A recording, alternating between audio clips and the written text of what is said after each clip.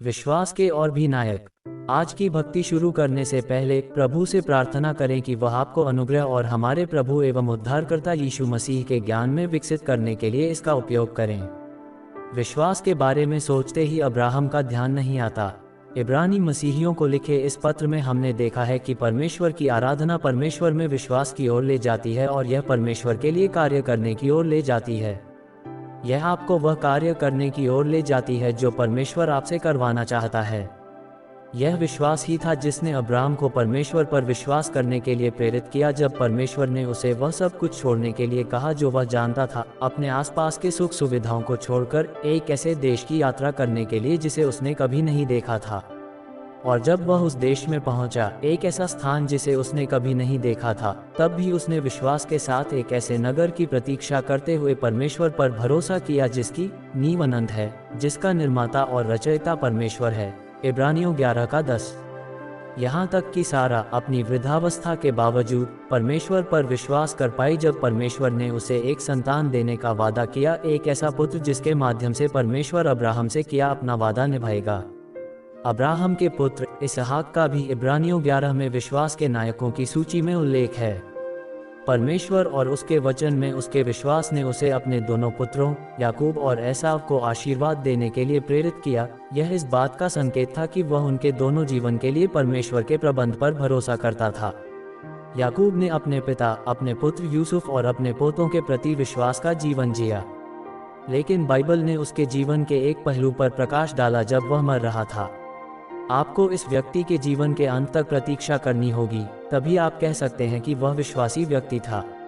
अपनी मृत्यु के समय परमेश्वर की शाश्वत योजना पर भरोसा करते हुए उसने यूसुफ के दोनों पुत्रों और अपने पोतों को आशीर्वाद दिया और उसने अपनी लाठी के बल झुककर परमेश्वर की आराधना की।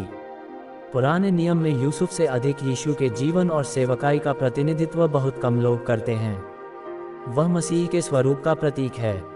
अधिक जानकारी के लिए उसकी कहानी पढ़ें। ये जानकर आप रोमांचित हो जाएंगे कि परमेश्वर कैसे कार्य करता है।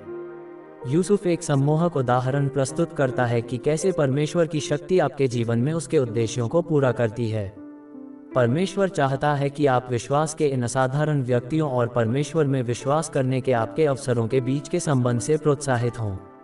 मूसा विश्वास का एक और महान व्यक्ति था। अब्राहम की तरह उसने मसीह का दिन देखा और आनंदित हुआ, लेकिन शायद उसके जीवन में विश्वास का सबसे नाटकीय कार्य लाल सागर के तट पर हुआ। फिरौन की सेनाओं से भागते हुए मूसा ने विश्वास के बल पर परमेश्वर के लोगों को सूखी भूमि पर समुद्र पार कराया। इस नाटकीय मोड़ पर परमेश्वर पर विश्वास करने के लिए असाधारण साहस की आवश्यकता थी। अपनी योजना के विफल होने की संभावना में उपहास का जोखिम उठाते हुए तर्क को चुनौती देते हुए मूसा ने समुद्र पार पहुंचकर परमेश्वर की आज्ञा का पालन किया। यहोशू ने विश्वास की यात्रा में मूसा का अनुसरण किया। उसे विश्वास के कुछ बड़े जूते भरने थे, लेकिन यहोशू ने परमेश्वर पर भरोसा किया और अपने लोगों को प्रतिज्ञा के देश में ले गया। उसने अपना भविष्य प्रभु पर छोड़कर विनम्रता सीखी और हर युद्ध का परिणाम प्रभु के दयालु और शक्तिशाली हाथों में होने का भरोसा किया। क्या आप परमेश्वर पर इस तरह भरोसा करने को तैयार हैं? 1. अब्राहम का जीवन हमें दिखाता है कि परमेश्वर अपने वादे पूरे करता है, भले ही हम उसे देखने के लिए जीवित न रहें। आप परमेश्वर पर किस बात के लिए विश्वास कर रहे हैं जिसके पूरा होने में आपके जीवन काल से भी ज्यादा समय लग सकता है? 2. परमेश्वर पर विश्वास करने से पहले हमारी सोच बदलती है, फिर हमारे कर्म भी।